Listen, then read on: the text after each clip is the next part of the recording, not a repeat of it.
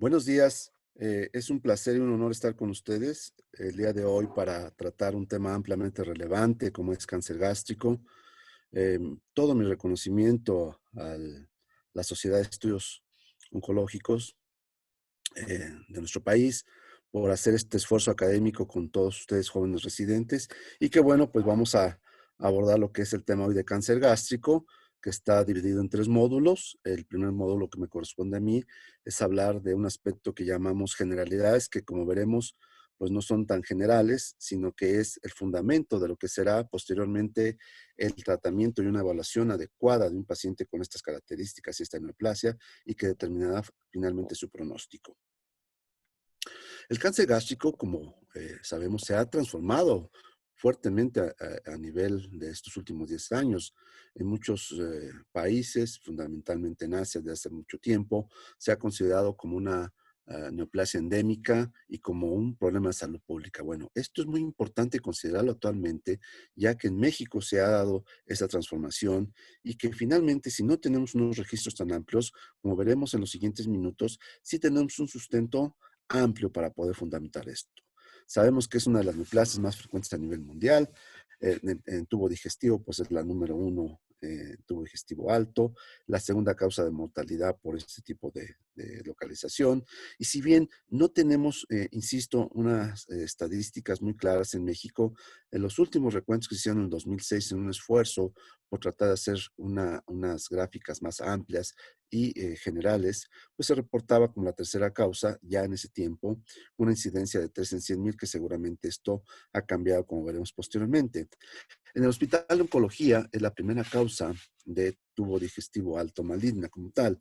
Y el problema fundamental, y esto es a lo que debemos atender el día de hoy, es que el 80% de los casos son locorregionalmente avanzados y de ellos un buen porcentaje, cerca de la mitad, son irresecables. Resultado de esto es una supervivencia baja que oscila entre un 15 hasta un 25% y que el grupo etario generalmente en la mayoría de la población mundial no es de sorprender que nosotros también andemos en la sexta década de la vida. Esta es una estadística, pues ya que se ha repetido ampliamente en el mundo, en que sabemos que los países asiáticos son los más prevalentes, incidentes y frecuentes. De ahí lo que es Europa del Este y en Latinoamérica, bueno, pues ha habido diversas estadísticas que se han presentado. Anteriormente se comentaba que Brasil, Costa Rica y Chile eran los más dominantes. Hoy sabemos que, bueno, en estadísticas que no estaban completas al menos en toda Latinoamérica. En México no teníamos unas estadísticas tan robustas, pero actualmente sabemos que Brasil es el número uno y México ya es el número dos en cuanto a incidencia en cáncer gástrico en lo que es Latinoamérica y es punto a considerar. Nuevamente, evaluamos que no tenemos esa estadística tan amplia y robusta como quisiéramos en nuestro país. Sin embargo, el Hospital de Oncología y el Instituto Mexicano del Seguro Social, pues son los que copilan prácticamente el 70% de la población derechohabiente de nuestro país, que esto significa aproximadamente 60 millones de pacientes. Y de ahí que las estadísticas que tenemos pueden ser un reflejo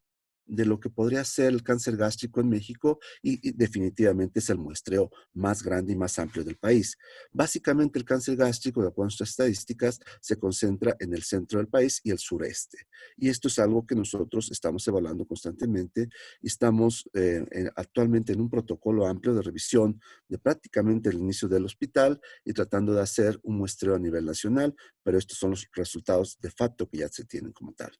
Ahora bien, analicemos a nivel mundial qué es lo que ha pasado en los últimos años. Estas son las últimas estadísticas de Globocan y a veces no sabe uno efectivamente de dónde se sacan estas estadísticas cuando no se tienen estos muestreos tan amplios. Entonces, seguramente muchos de estos registros son basados en muestreos como son el de nosotros y observemos que en el mundo en el 2018 ocupaba ya el cuarto lugar cáncer gástrico. No es sorprender que en México son muy similares estadísticas, pero hablemos del Hospital de Oncología, que insisto es el que tiene el muestreo mayor, y hacia el 2017 andaba en el tercer lugar, el 2018 baja al séptimo lugar, y a partir del 2019 se coloca entre las primeras 5 neoplasias como tal. Actualmente bajó al séptimo lugar, sin embargo, considerar que en el 2020 nosotros vamos a tener un sesgo natural en todo el mundo y también en nuestro país de disminución en cuanto a la incidencia y frecuencia aparente de neoplasias, por lo que es lo que implica actualmente la pandemia, que ya sabemos. Ahora bien, nuevamente regresando a las estadísticas de Bogotá, en 2018 la incidencia pues andaba en 187 en comparada con el 2012, que no hay mucha variación. Y si hablamos en México, bueno, pues una leve disminución, pero prácticamente se ha mantenido la prevalencia como tal. En una evaluación global de todas las neoplasias que tenemos del 2010 al 2019, que son cerca de 115,000 pacientes en el Hospital de Oncología, se determina el grupo etario en general que domina al cáncer en hombres y mujeres, y esto va prácticamente de 60 a 75 años. Esta es nuestra población mayor y es el foco a atender prácticamente de la mayoría de las neoplasias como tal. Si hablamos exclusivamente de un departamento, como sea el departamento de sarcomas y tubo digestivo alto, pues es el segundo departamento que apertura la mayor cantidad de expedientes, generalmente 2.500 nuevos casos por año, y de estos, pues nuevamente el cáncer gástrico en tubo digestivo alto y la parte de sarcomas por otro lado, que no es punto relevante en este momento, pero sí cáncer gástrico es la más incidente, frecuente y prevalente como tal.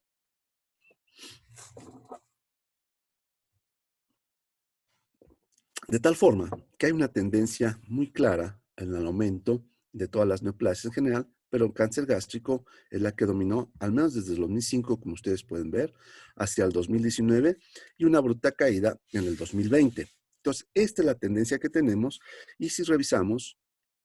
pues hacia lo que era el 2019, tenemos una apertura prácticamente de 650 nuevos casos por cáncer gástrico. Observen ustedes esta línea. Desde el 2005 se había mantenido entre 350, 450 casos, que ya es una alta frecuencia por año, pero a partir del 2017 ya hay una tendencia hacia la alta muy franca, de tal forma que en el 2018 llegamos a tener más de 500 casos y en el 2019 650 casos aproximadamente nuevos por cáncer gástrico, lo cual nos habla, si bien es un hospital monotemático, está aumentando francamente la incidencia de nuestros casos a nivel nacional. Y que, como les comentaba, bajó y que cerramos en 400 casos, pero esto explicado por la pandemia, y aún en pandemia 400 casos anuales es una alta frecuencia de cáncer gástrico como tal. En general, los grupos etarios, si podemos revisar aquí de todas las neoplasias, bueno, pues tienen una mediana de 60 años calculada y tubo digestivo alto, en general cáncer gástrico, pues el grupo etario que se posiciona va entre los 60 y los 65 años y este es el grupo a atender, nuevamente que se ha repetido ya en las gráficas previas. Ahora bien, revisemos qué es el histórico de los diagnósticos, de los 10 diagnósticos principales del Hospital de Oncología. Del 2018 al 2000, del 2008 al 2018, pues prácticamente lo que son en este caso, y pues el sesgo natural de ser un hospital monotemático, eran las enfermedades linfoproliferativas y ya aquí cáncer de colon y recto se posicionó y ya jamás bajó como tal y seguíamos por neoplasias como mama en la mujer, pero ya en cuarto lugar prácticamente se posicionó desde esas fechas en lo que es cáncer gástrico, como vimos previamente, y la distribución al 2020, bueno, pues esto escaló ya abruptamente y hoy por hoy las primeras neoplasias de tubo digestivo es cáncer de colon y recto y seguido, muy pegadito, cáncer de estómago. Entonces sigue aumentando, aumentando, aumentando. En el panorama que consideremos, en la estadística que consideremos y en un muestreo tan amplio como es este, pues ya prácticamente está entre las primeras tres causas de neoplasias malignas en nuestra población, que insisto, pues es la población cautiva más grande del país. Ahora bien, todas estas estadísticas, si bien es para dar pues, información general, para poder tener programas de trabajo para atacar este tipo de neoplasias, también tienen que fundamentarse en algo muy importante que es la mortalidad. La mortalidad es, a final de cuentas, lo que define la agresión de una neoplasia y cómo debemos nosotros priorizar los recursos y la forma de atención. Todas son importantes, pero tenemos que hacer un programa especial para cada una de ellas. Cáncer de pulmón, sin lugar a dudas, se ha posicionado en primer lugar, pero vean, por mortalidad, cáncer de estómago en nuestra población es prácticamente la segunda causa y se ha posicionado como ser una de las neoplasias más letales que tenemos hoy por hoy. En el caso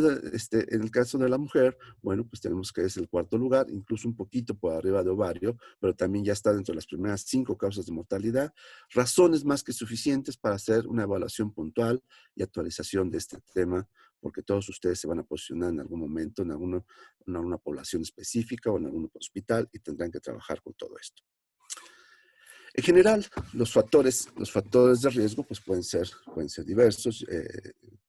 Considerar que un factor de riesgo son características asociadas a un padecimiento en particular, pero que a diferencia de lo que son los factores pronósticos, estos nos determinan factores y grupos que tenemos que observar bajo la lupa y hacer una consideración pronóstica ya muy particular posteriormente. Entonces, ya analizamos los grupos etarios, características clínicas, características del tumor, la etapa que es fundamental, características quirúrgicas, y todos estos factores son los que pueden estar interrelacionados entre los de riesgo y, por supuesto, los pronósticos. Pero analicemos exclusivamente en este momento los factores de riesgo. Y miren, este modelo del doctor Pelayo Correa. El doctor Pelayo Correa es un brillante patólogo colombiano que se formó en un hospital de los Estados Unidos y incluso siendo residente, él propone este primer modelo que incluso no fue necesariamente primeramente adaptado para lo que son lesiones epiteliales, sino de tipo glandular como el adenocarcinoma, sino fue más adaptado a lo que se llama linfoma tipo MAL, que todos ustedes conocen. Pero explica muy bien y se ha reproducido en diversas bibliografías y circunstancias desde los 90s hasta prácticamente las fechas actuales, en las cuales trata de explicar cómo es que se lleva a cabo la transformación de una célula normal por un proceso inflamatorio, por un proceso de transformación de un epitelio por otro, sin ser todavía un epitelio maligno, hasta llegar a lesiones premalignas y francamente malignas. Y todo esto bajo un microambiente que hoy sabemos que es todo el desarrollo y los objetivos que se tienen que analizar y por supuesto los retos para tratar de identificar que todos estos factores de riesgo, cómo coexisten para llevar a cabo una cadena de proliferación celular y que esta señalización transforme la célula, haya mutaciones hasta consentir un cáncer gástrico como tal. Como tal, comentábamos que los factores de riesgo son características asociadas a un padecimiento en particular y en el caso del cáncer gástrico, pues tenemos lo que son nutricionales, ocupacionales, de hábitos, tabaquismo que está inmerso en todos. Y algo muy importante que lo estaremos repasando, que ustedes también seguramente ya tienen información, que es el Helicobacter pylori, pero el Helicobacter pylori analizarlo desde un punto de vista mucho más estricto y cómo se interrelaciona con cáncer gástrico. Por supuesto, genético es importante y algunas lesiones precursoras que en algún momento, bueno, pues se consideran como tal relevantes y cada vez han tenido ya menos prioridad en lo que es el análisis de riesgo. Entrando a lo que es, a lo que es la parte infecciosa como factor de un cáncer gástrico. Hoy por hoy sabemos que el Helicobacter pylori es el principal factor de riesgo infeccioso en cáncer gástrico. Sin embargo, hagámonos la pregunta. El 80% el 80 al 90% de la población mexicana tiene infección por el Helicobacter pylori. El 80% en promedio tiene infección por Helicobacter pylori ya en pacientes con cáncer gástrico específico. Sin embargo, el 80-90% de la población no desarrolla cáncer gástrico efectiva. Esto no es una interrelación lineal como sería con el virus de papiloma humano. Entonces, ¿qué pasa? Hay mucho más en el microambiente y si el Helicobacter pylori juega un papel importante, pues tendríamos que analizar otros factores agregados. Y en el 2014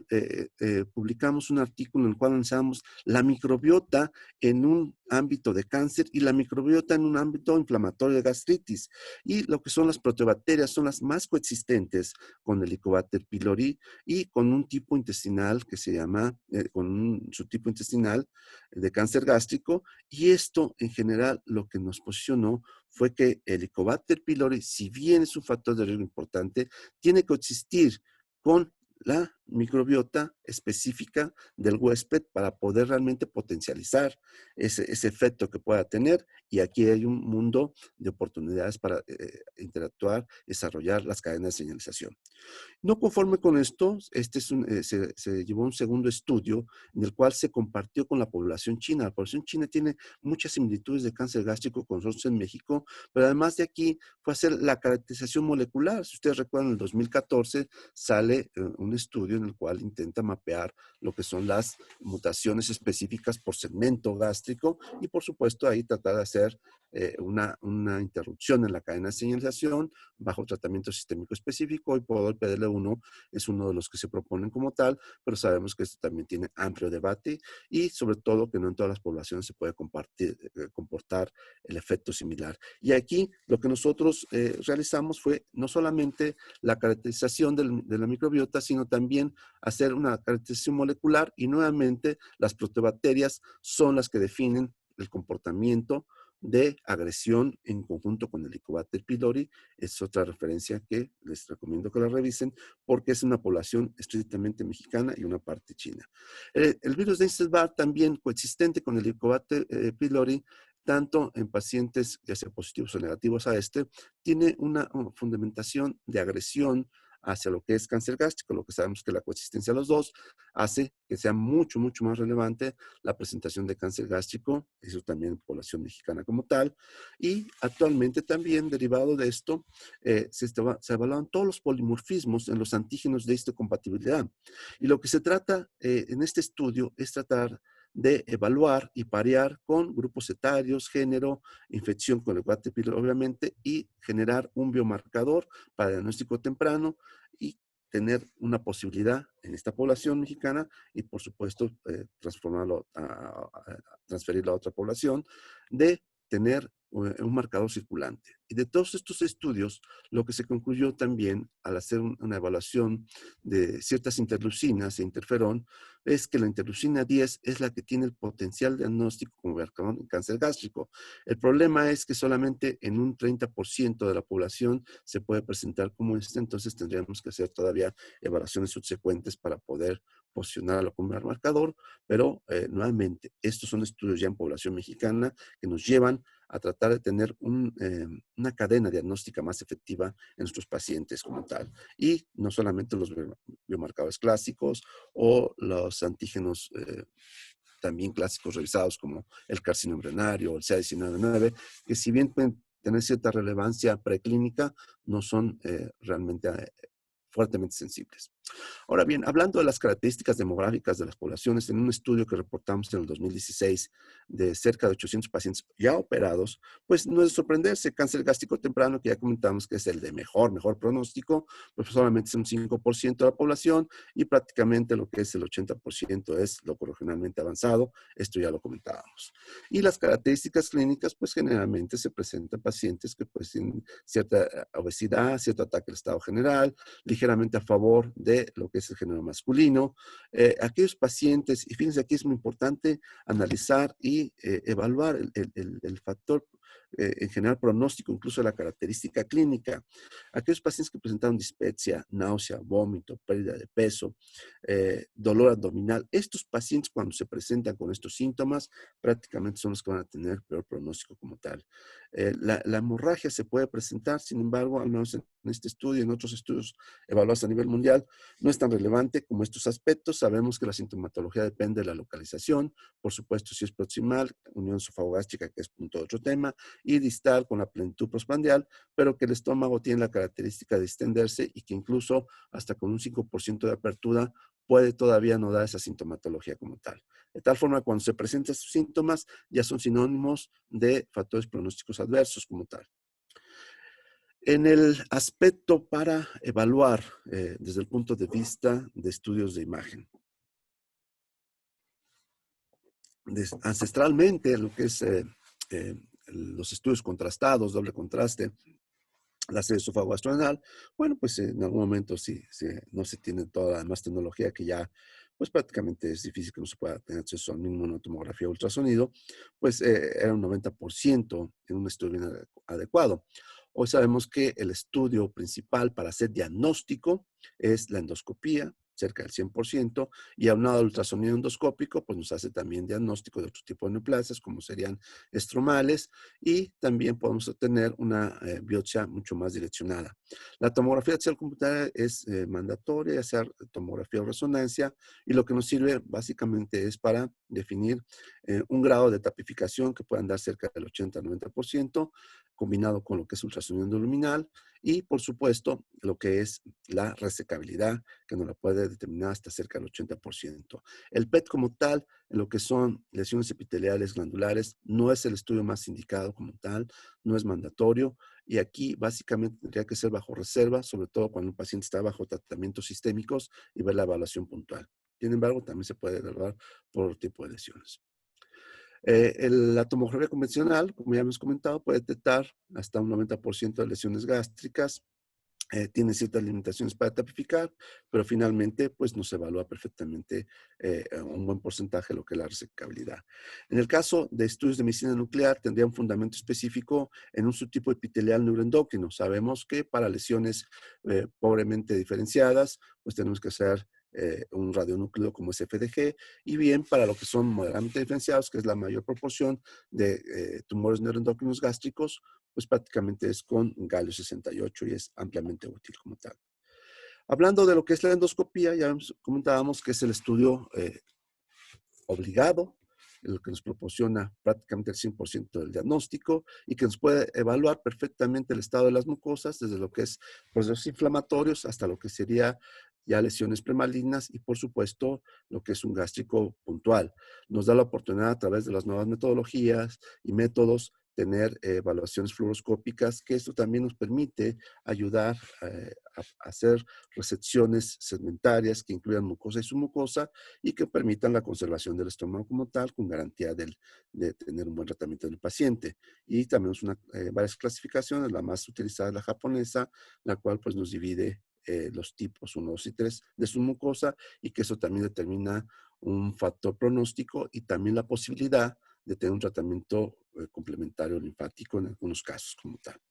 Ahora bien, las características macroscópicas y microscópicas del tumor en una población mexicana, si hablamos de la clasificación de Borman, pues la mayoría son clasificación 3 y 4 como tal. Si hablamos de la clasificación de Lauren, pues muy similar, aquí en nuestro estudio intestinal y difuso, nosotros tenemos dos estudios previos exclusivamente de tipo histológico, y bueno, sí sabemos que el intestinal tiene un mejor pronóstico en términos generales, aunque se tiene que hacer análisis de variables confusoras y generalmente pues sigue siendo la tipificación la que domina, pero esto nos permite evaluar pues margen quirúrgico, por ejemplo, la clasificación de Lauren permite que en un tipo intestinal pues, la resección pueda limitarse a 3 centímetros en promedio, o bien si es difuso pues se indica de acuerdo a los estudios de Papa Cristo, pues que sea mínimo 6 centímetros proximales como tal. La diferenciación tumoral prácticamente moderados, un 25%, y la mayor parte pobremente diferenciados o indiferenciados. Morfología específica, papilar, coloide y medular, muy poco frecuentes y ampliamente relevante y coexistente con el difuso, lo que es las células en el anillo de sello, que también esto por sí mismo también es un factor pronóstico importante. Si hablamos de la profundidad de invasión, pues prácticamente el PT3, PT4A y B son los más frecuentes y no es de sorprenderse, nuevamente hablando de lo que es la penetración y la tipificación localmente avanzada. Ya actualmente en situaciones de riesgo, si bien no tenemos la identificación de una neoplasia maligna en las mucosas gástricas, pues hay indicaciones que bajo metaplasia pasa al grupo tipo A sanguíneo, ciertas anormalidades genéticas, historias familiares, se haga ya una revisión sistematizada para evaluar pólipos, gastritis, cierto tipo de inmunodeficiencias que puedan tener factores de riesgo y que coexistan para tener en el futuro un probable cáncer gástrico. Ahora bien, los factores pronósticos nos dicen la conducta biológica de la enfermedad.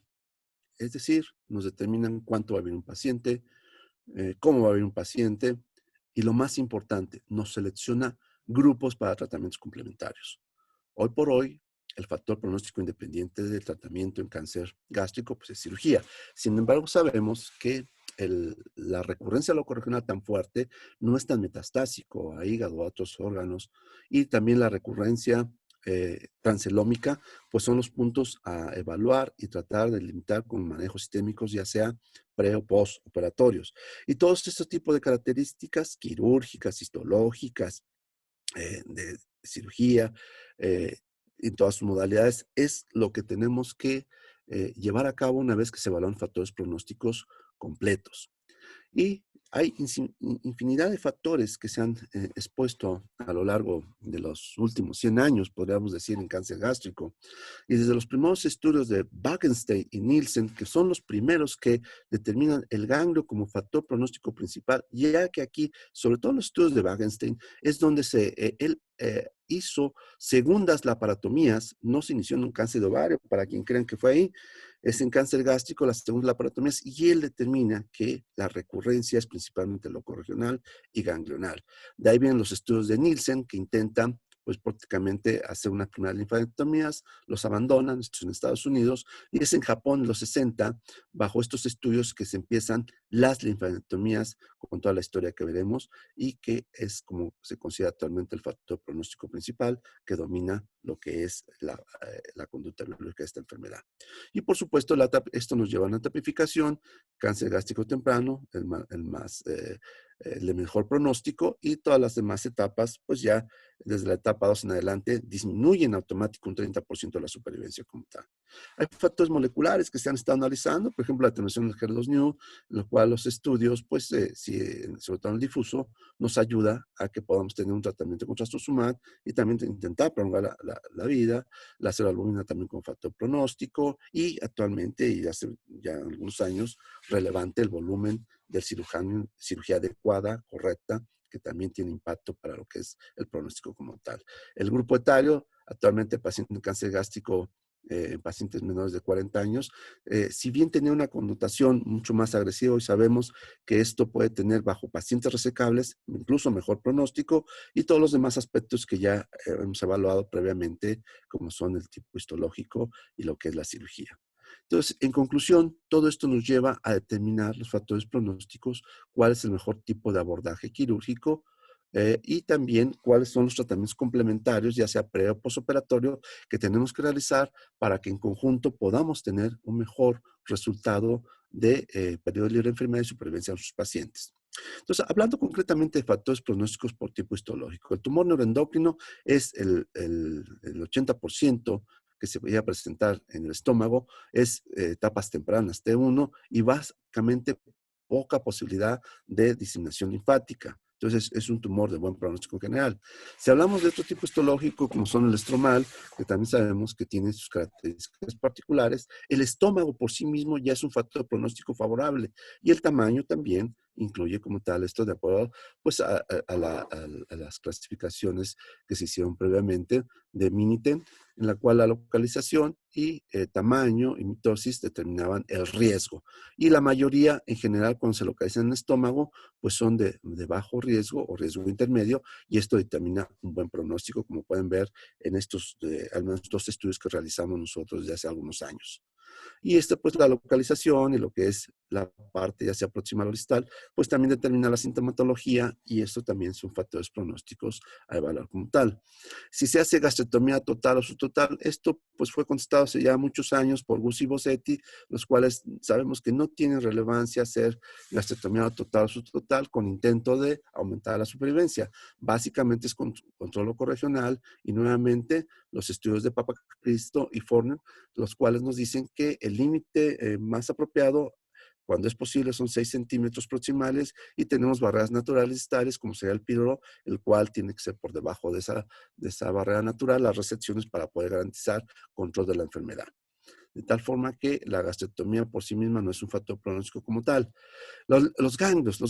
han tenido una historia ampliamente relevante, como sabemos todos. Hay diversas localizaciones que puede tener el gástrico, pero generalmente son alrededor del tronco celíaco. Ya tenemos las estaciones fundamentadas. Y desde hace muchos años se realizaron, desde lo que son los 90, los 4 estudios que han sido ampliamente citados y relevantes, que son los ensayos clínicos, DEN en Sudáfrica, Robertson en Hong Kong, y los estudios finalmente de Kucheri y Vonnegut, ampliamente citados, y todos ellos lo que nos dicen: no aumentan la supervivencia, no aumentan el control recurrente como tal, sí aumentan lo que es la morbilidad, y en algún subgrupo muy específico, sobre todo en un estudio que sacó Seward, mencionaban que en las etapas 2A son las que pudieran tener cierto beneficio de supervivencia. En general, Bonenkamp publicó en el 2000, 2004 un segundo estudio en el cual decía que este era el grupo como tal, y luego en el 2009 hace un seguimiento de 15 años y dice, ahora ya no. Entonces, ¿qué es lo que podemos decir de las linfadenectomías? En estudios retrospectivos, comentábamos el de Seward, que pues sí, aparentemente algo significativo en 2A, pero todos los demás prácticamente no dan una significancia como tal para supervivencia o prevención de la enfermedad. Lo que sí podemos decir que estos estudios nos sirven ampliamente para etapificar y que la etapificación es lo que domina los procesos complementarios de tratamiento que debemos realizar, de tal forma que el cirujano ya sea oncólogo o no, está obligado a hacer una buena etapificación en cáncer gástrico como tal. Nosotros hicimos un estudio hace unos años en los cuales sí se reportaba que diferencia de 0,2 había levemente mejor supervivencia, pero sabemos que es un estudio retrospectivo y en estudios subsecuentes pues vimos que no era como tal. Las localizaciones como tal, frecuentemente pues se comentaba que el CARE se podía incluir dentro del gástrico, sabemos que solamente el tipo 3, pero la mayor parte de las localizaciones pues son en fondo y cuerpo y antro. Sobre todo antro fue una de las locaciones más frecuentes que nosotros tenemos en cuanto a localización. El tipo de cirugía que nosotros realizamos más frecuente pues es gastrectomía total y pues esto aunado a todos los factores pronósticos previos como tal. Y para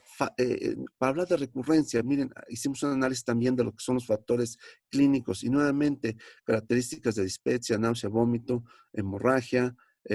palpación del tumor, Borman elevados. Bueno, si bien es un análisis univariado,